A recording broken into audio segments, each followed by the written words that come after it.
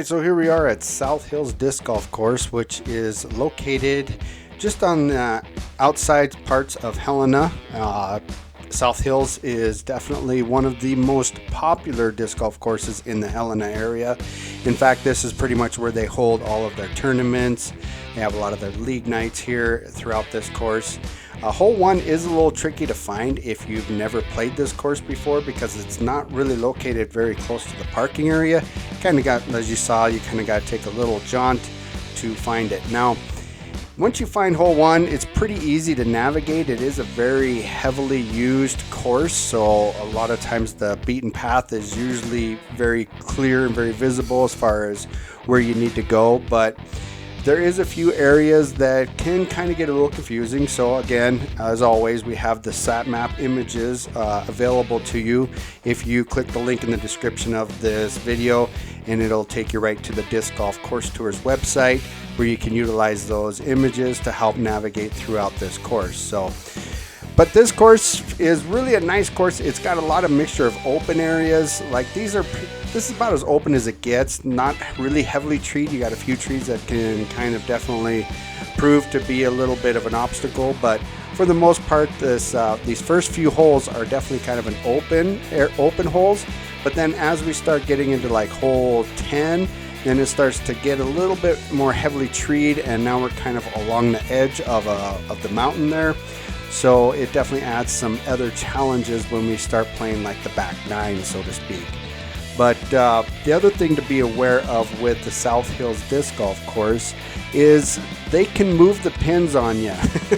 So if they're doing like tournaments or leagues or something like that, they have multiple pin locations, and you see how the signs are posted right there next to the tee pads. If they actually have a multiple location for pins, it will be posted on those signs. If you want to check out, I actually took pictures of those signs, and those are also listed on the main course page of the Disc Golf Course Tours website, so you can look at those signs. They'll tell you exactly which hole number has multiple tee options and multiple pin options. Now, with that being said, don't go out there thinking that there's two baskets for those holes. There's still only one basket. They just move it from one location to the other location depending on what they're doing for different tournaments and league nights and different things like that. So be aware of that when you see the signs and it shows that there's two baskets. There's actually only one basket. There's just alternate basket locations. So be aware of that.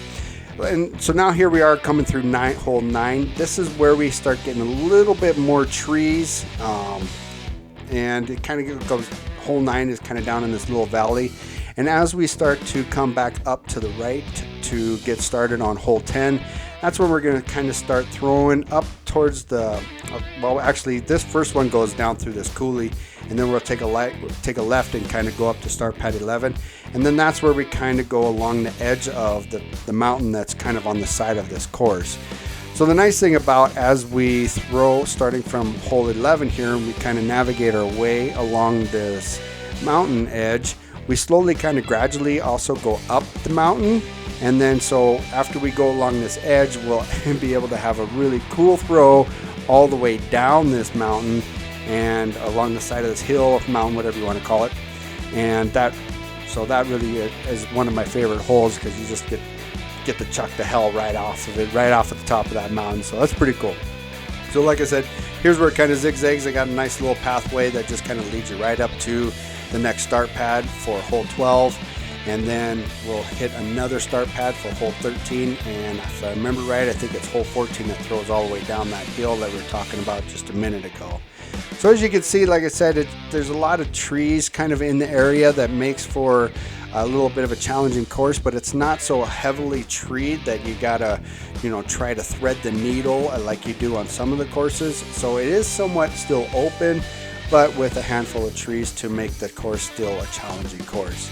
Yeah, here's that. So here we're going to approach that tee pad that I was talking about earlier, where this is where we get to throw all the way back down the hill. Kind of a fun hole in my opinion. I like throwing downhill, definitely better than throwing uphill, but I don't know. You tell me what you think. Throw it in the comments in the section if you want. I'm going to take a few minutes here though to throw out a huge thank you to all the Disc Golf Course Tours supporters that have subscribed to our YouTube channel.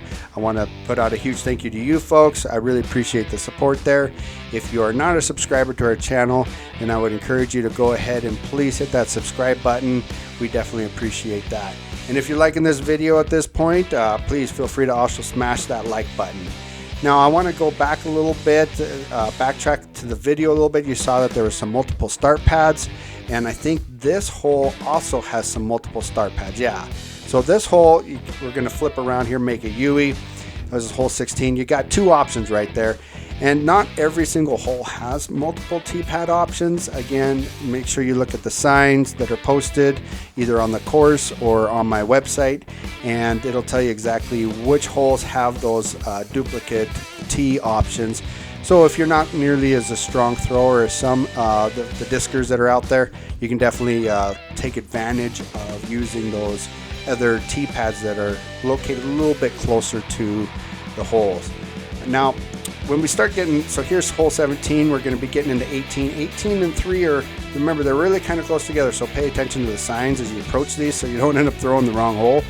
But hole 18 is going to take us pretty much across, and this is actually a 19-hole course, so this actually isn't the end of it. We're going to have one more hole after this, and that pretty much wraps it up for the South Hills Disc Golf Course Tours. I hope you guys appreciate this video. Again, if you did, don't forget to hit that like button. If you're not a subscriber, please hit the subscribe button. We appreciate everybody's support on that. On that note, we will see you in the next video.